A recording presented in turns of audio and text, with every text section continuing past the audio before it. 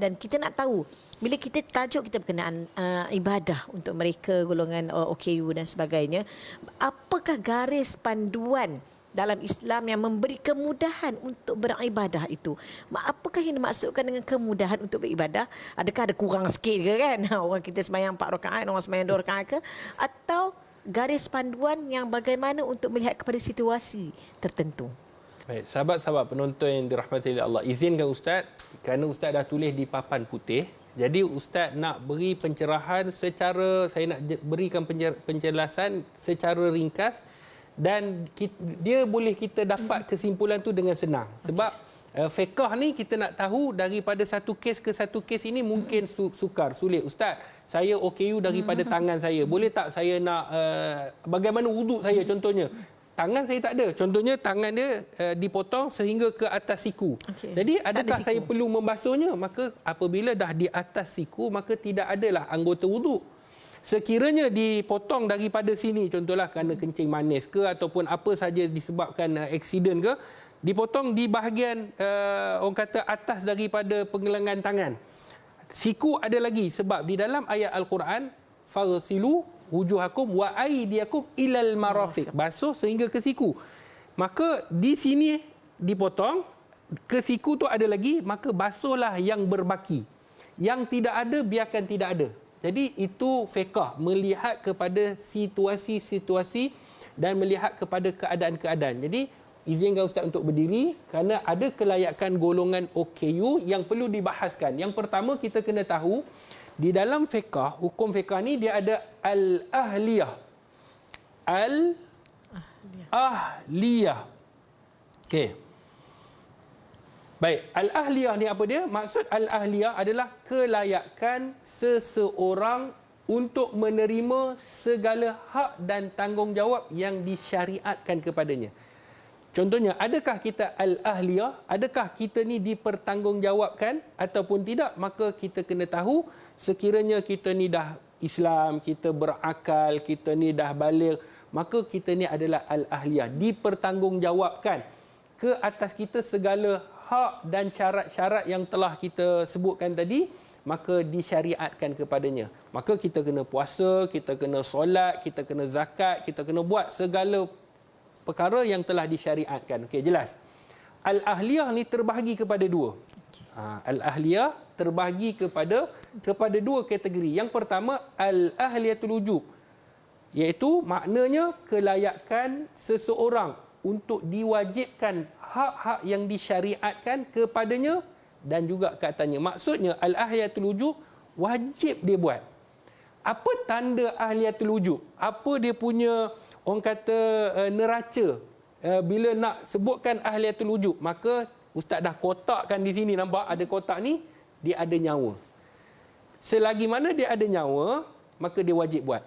Sebab itu solat, walaupun dia sakit, perlu tak dia buat? Perlu dia buat. Dia kena solat walaupun dia sakit. Sebab apa? Contohnya orang kurang upaya. Nanti Ustaz kalau yang akal dia tidak, nanti itu sabar dulu. Kita nak yang asas dulu. Ahliyatul wujub ini maksudnya selagi mana dia ada nyawa dalam diri dia, dia kena solat. Walaupun solat dia itu tak seperti mana solat orang biasa. Kalau orang boleh bangun, dia bangun. Kalau orang boleh duduk, kalau dia tu tak boleh bangun, dia kena duduk, dia duduk. Kalau dia tak boleh duduk, dia kena baring, maka dia berbaring. Itu maksud ahliyatul wujub, kelayakan seseorang yang diwajibkan hak-hak yang disyariatkan kepadanya dan juga ke atasnya. Dalam kotak ni, nyawa. Maknanya selagi mana dia ada nyawa, dia wajib buat. Okey.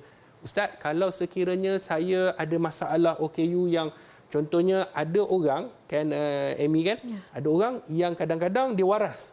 Sampai satu tahap, dia tak waras. Kemudian datang waras dia main on off macam tu lah. Kan? Jadi, adakah dia kategori ahliyatul wujub? Maka selagi mana dia bernyawa, wujub. Tapi ada kategori kedua. Yang ni yang nak tengok kalau sekiranya dia ada masalah. Disebut ahliyatul adab. Iaitu ahli untuk melakukannya. Okey. Apa dia? Kelayakan seseorang manusia untuk dituntut bertanggungjawab untuk melakukan perkara yang disyariatkan ke atasnya.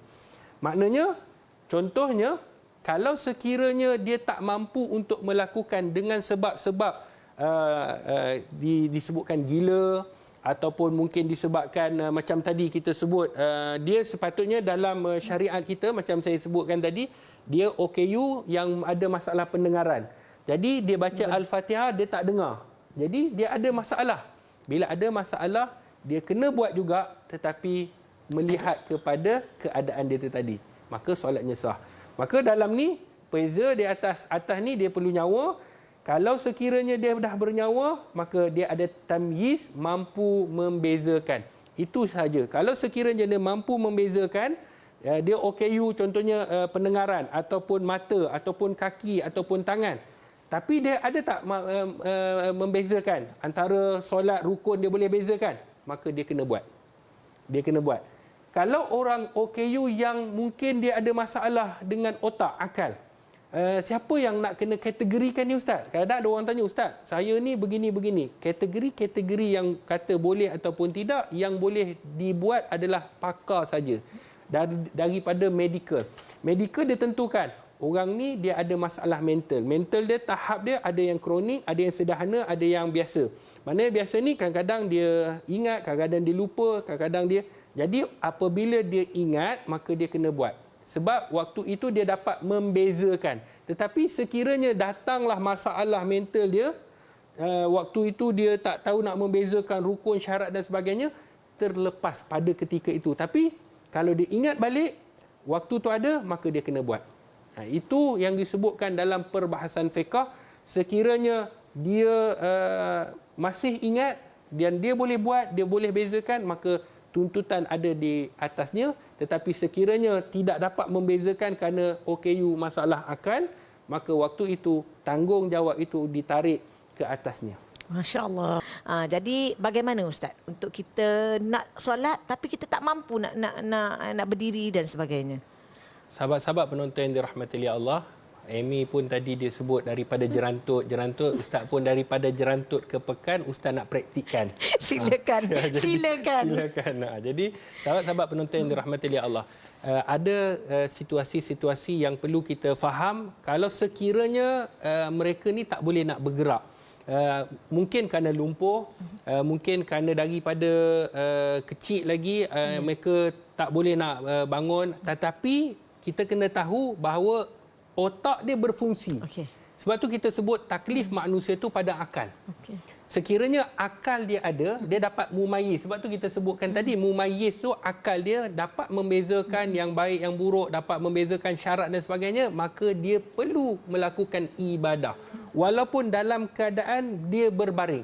Maka kalau sekiranya dia lumpuh, dalam keadaan dia lumpuh dalam waktu dia ialah mungkin faktor kerja ataupun faktor aksiden dan sebagainya, kemudian dia tidak dapat menguruskan dirinya dengan sendiri, maka siapa yang perlu uruskan? Mestilah pembantu. Sama ada pembantu sekiranya ada lelaki, lelakilah yang membantu, tetapi kalau tidak ada, isterinya perlu menguruskan, maka uruskanlah dengan baik untuk dia mengerjakan ibadah solat. Jadi kita ada dekat sini model yang kita untuk kita khas, tunjukkan. Baik, sahabat-sahabat penonton yang dirahmati Allah, maka yang pertama apa yang perlu kita buat? Dia mungkin tak tahu dah masuk waktu ataupun tidak.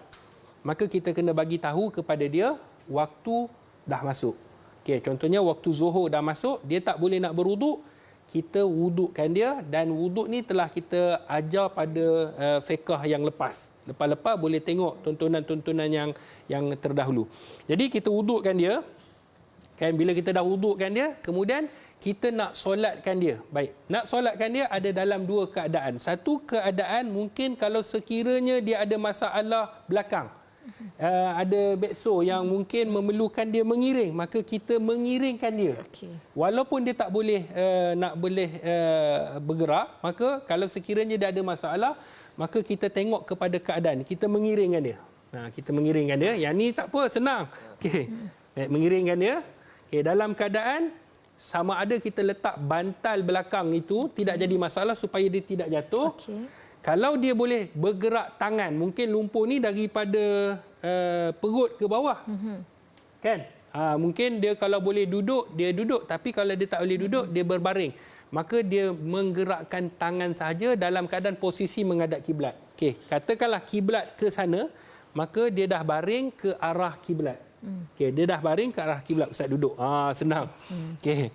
Jadi macam mana yang dia perlu lakukan? Maka dia perlu lakukan, dia bertakbir seperti biasa, niat seperti biasa. Okey, angkat takbir. Allahu Akbar. Dia seperti biasa, dia berbaring. Okey, dia membaca Al-Fatihah, lepas baca Al-Fatihah dia membaca surah, kemudian dia nak rukuk. Okey. Yang ni persoalan dia, macam mana dia nak rukuk Ustaz, sedangkan dia tak mampu untuk nak rukuk seperti mana orang biasa. Maka dia bertakbir Allahu Akbar untuk rukuk.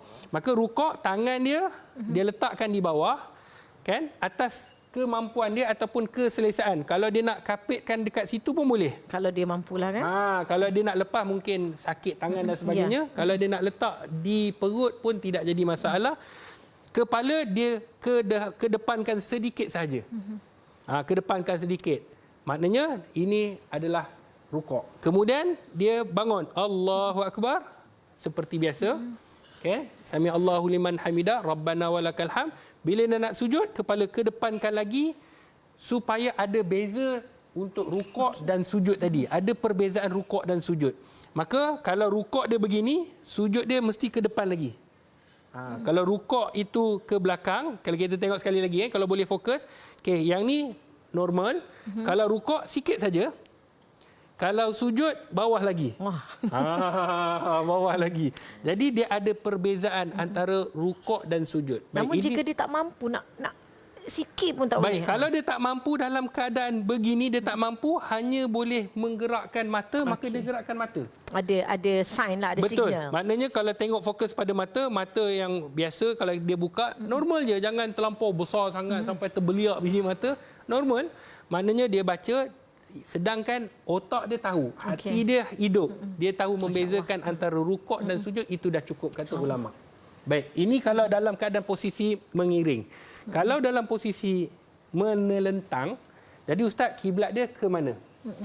Sekiranya kiblat, kata ulama, sekiranya kaki boleh menghadap kiblat. Okey. Katil ini boleh dialihkan ke arah kiblat. Bayangkan kiblat belah sana pula. Okey. Kalau dia boleh menghadap kiblat, maka hadapkan dia kepada kiblat. Tapi sekiranya dia tak boleh menghadap kiblat kerana posisi katil itu mungkin kerana kalau dia nak menghadap kiblat itu sempit, ataupun mungkin di hospital, maka adakah dia tak perlu solat? Maka jawapannya dia kena solat juga. Dia kena solat, maka solat walaupun tidak menghadap kiblat. Okey, jadi cara solat menelentang ni, dia tak boleh nak angkat tangan. Sekiranya dia tak boleh angkat tangan, maka kita wudukkan dia dengan sempurna seperti mana biasa. Kita yang wudukkan dia, kita tahu. Contohnya kalau kita basuh kaki, dia mungkin tak sedar kita basuh kaki, tapi kita bagi tahu, okey, saya basuh kaki belah kanan. Okey bang, saya basuh kaki belah kiri. Saya basuh kalau tadi tangan belah kanan, tangan belah kiri. Jadi dia walaupun dia tak dapat rasa, tapi dia tahu kita sedang buat apa kepada dia supaya dia dapat niat dia tengah basuh kaki kanan, basuh kaki kiri. Jadi untuk solat ini, contohnya kalau dia nak solat dalam keadaan dia tak boleh nak angkat tangan, maka pada waktu ini kita kena tahu dia hanya dapat menggunakan kepala ataupun mata. Maka gunakanlah kepala ataupun mata. Kepala ni mungkin dia tidaklah perlu angkat kepala ke atas macam ni sebab mungkin dia akan masalah sukar. Betul. Jadi menggunakan mata saja. Sekiranya dia membaca Al-Fatihah, dia buka seperti biasa, tengok mata ustaz kan. Kemudian dia nak rukuk. Dia nak rukuk ni, Allahu Akbar, dia hanya kecilkan sedikit kata ulama. Kemudian dia buat isyarat. Bila dia nak sujud, maka dia kecilkan sedikit lagi, tanda dia tengah sujud. Ataupun kalau suka, ustaz susahlah saya nak maintainkan mata kecil macam ni. Buat normal, tetapi hatinya tahu dia membezakan ini sedang melakukan rukuk, ini sedang melakukan sujud. Walaupun matanya berkelip-kelip. Sebab manusia mata dia kalau tak berkelip dia ada masalah. Maka waktu itu seperti biasa, matanya hanyalah dia bertakbir dengan menggunakan mata. Kalau dia besarkan sedikit, kalau dia kecilkan sedikit, bergantung kepada kemampuan. Kalau tak mampu, jangan paksa. Yang penting hati itu hidup, mengetahui tentang solatnya, rukunnya, syaratnya, itu sudah cukup kata para alim ulama. Maka kalau solat begini, dalam cara begini, inilah kita kena buat dengan kita mengambil wuduk dan dia solat dalam keadaan berbaring tanpa dia menggerakkan dia punya kepala. Cuma bila bagi salam. Bagi salam dia boleh. Maka salam seperti bila Assalamualaikum warahmatullahi. Assalamualaikum warahmatullahi. Itu dah cukup. Kalau dia boleh buat, maka buat. Kalau tak boleh buat pun tidak jadi masalah. Asalkan otak dan hatinya tahu membezakan antara rukun dengan satu rukun yang lain. Masya Allah, Masya Allah. Dan ayuh kita sama-sama membantu untuk kita juga ada saham.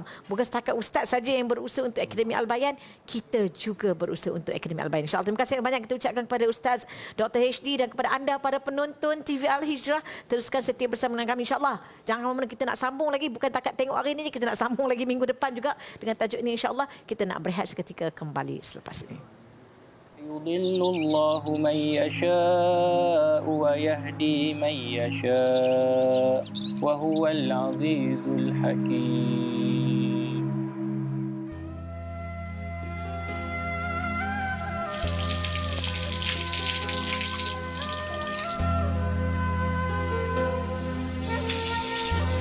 Rapatkan saf.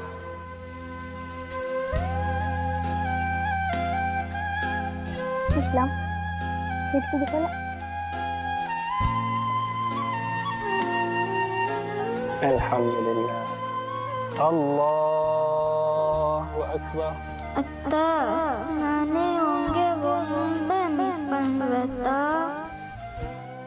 எனக்கு புரியுது